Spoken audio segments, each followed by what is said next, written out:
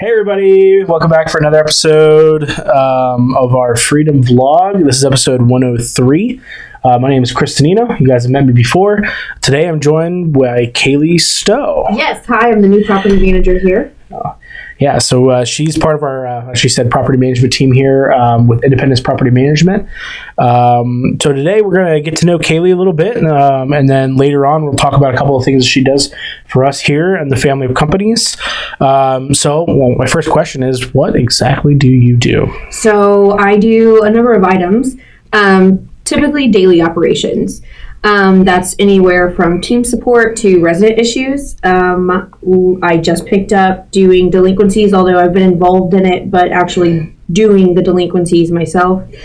I handle the evictions, vendors, turns, leasing support, owner communications. So basically daily operations and team support. Awesome. Yeah, she's been here for a few months now. Yes. Middle of January was there when she started. Yeah, and honestly, since then, it's been instrumental to how this operation's been running in IPM. So really awesome to have you here. I'm really excited about, she helped me do the planning for this quarter. And so some of the cool things that she's working on, I'm really excited about. Yeah, I made some notes in my big board if you walk in my office. It's has financial goals and then personal goals at the bottom. So for the second quarter. Yeah, we're both big on whiteboards. Yes. We both have whiteboards that are filled up. Yes. Yeah, that's awesome. So this is kind of a weird question, but how did you get started with us? What led you to us specifically? So I actually, on Indeed, I had, you reached out and you kind of explained the job, what you were looking for culture-wise with IPM. And we, had our meetings and sat down, and it basically has been from there. So I really like the culture. I think that the team's great. Everybody has really, really good ideas. Everyone's involved. And we're all just working on clarity right now. Clarity is the big topic of the year. Yeah. Especially when you're learning to track things. I know one of the things that you and I had a couple of big discussions with during your initial training was, it's hard to jump into a company as complex as a property management company with so many moving parts and stop operations and train somebody. You kind of have to drag people along while you're doing things. So I know at first it's really, really daunting jumping in, but one of the things that you've helped provide is clarity, right? So you brought some interesting training techniques and new processes into play that I think have simplified a lot of the things we do, including some big announcements that just recently came out, with moving some of our team to internal operators instead of, public-facing employees, which helps provide some clarity for our owners as well, because then they know they have two people to reach out to and then get all their questions answered. That was a big move. That was one of the things you took a part of. So, and there's a lot more. There's a ton more, even more coming. So the real estate industry is interesting. We're a bit of a unique company, obviously, because we have so many companies. We have 6 companies in our 5 companies in our main operating core, and then we have our syndication and debt our interest company. We do the syndications and debt funds and all that. So as far as the operating core, we're all intertwined and vertically integrated. So whatever the left hand's doing, the right hand isn't part of, and vice versa.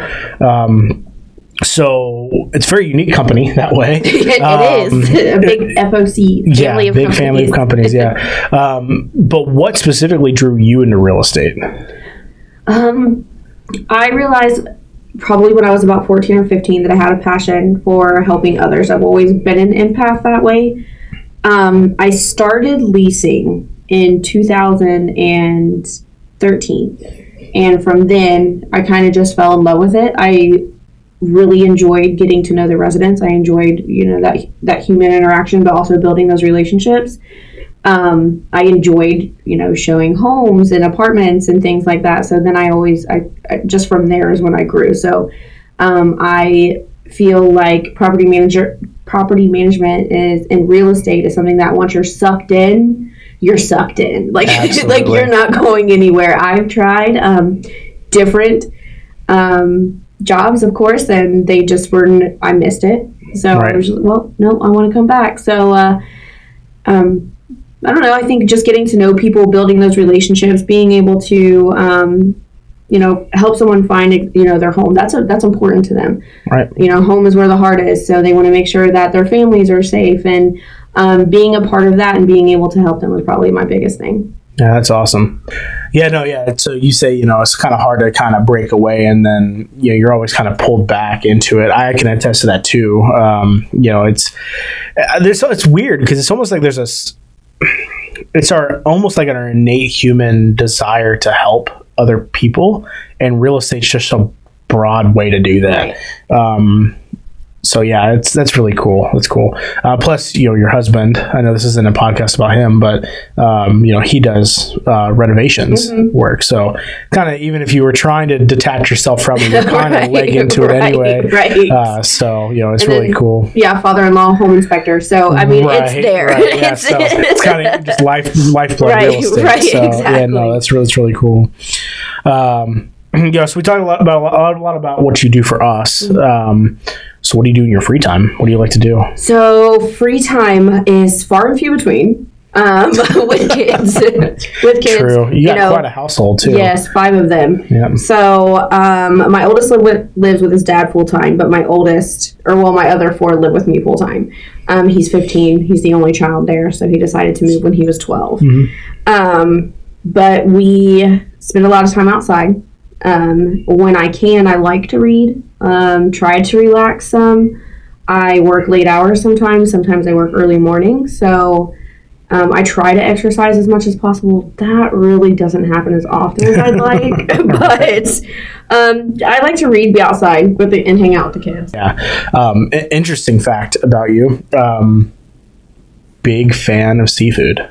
Yes. Huge fan of seafood. Love seafood. I know that we did that presentation. The presentation. I am they're going to think I'm crazy, but it's my favorite food. And I'm like, well, I don't know what I could tell them about myself because I don't. Yeah, I don't know. I don't know if it was in the presentation or if it was on your social media, but there was a picture of, it looks like a low country broil, and it's just the entire, it's like an 8-foot table covered from end to end, side to side, with everything you can imagine seafood wise that you'd find in a low country. It was a blue crab in Miamisburg by the Dayton Mall.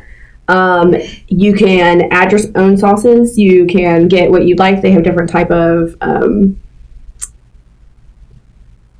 like seafood that you can put in there. Like you can put shrimp or blue crab. It was actually my first time having actual blue crab. Oh, wow. It was okay. It's all right. I prefer the crab legs. Yeah, they're really small. Yeah. It's a lot of work for no meat. Well, they're also kind of local to the Midwest, which is also kind of unique. Yeah. Which any inland seafood creature is always interesting. Right. Well, true. Yeah. But I mean, it's not, it was go lobster tail or anything crazy. But it was, honestly, probably pretty comparable to what you would find on a coast at a seafood restaurant on the coast. Yeah, it was. Yeah, I saw that photo. I was like, wow, she could get down with some seafood. Yeah. Oh yeah, they bring it to you in this huge bowl, and it has everything in it, and all the liquid still in it, so it just sits in the seasoning, and you're by the time you get lower to it, you're like, oh man, those potatoes. Yeah. Yeah. So, fun question to wrap up. So we got a couple here to choose from. If you could choose one superpower, and I know we talked about this right before we got on, so let's see if the answer's changed. But if you could choose one superpower, what would it be? Ethical powers of persuasion. I decided to add the ethical in there because I feel like powers of persuasion. It leaves it open-ended a little bit. Yeah, right. So definitely a villain on that scale. Yeah. So, and we were talking before this, even just in our positions, how great, getting people to pay rent. We could easily persuade somebody to pay their rent and see past, all of their excuses. And there are some excuses. There's some interesting ones. I've seen some crazy ones. Yeah. I said to be able to teleport instantly. Yes. Jumper edition, for those of you that are watch movies early 2000s. Jumper edition, because we were talking about notices. It's the first week of the month, so there's a lot of non-payment activity going on that we have to get notices served on.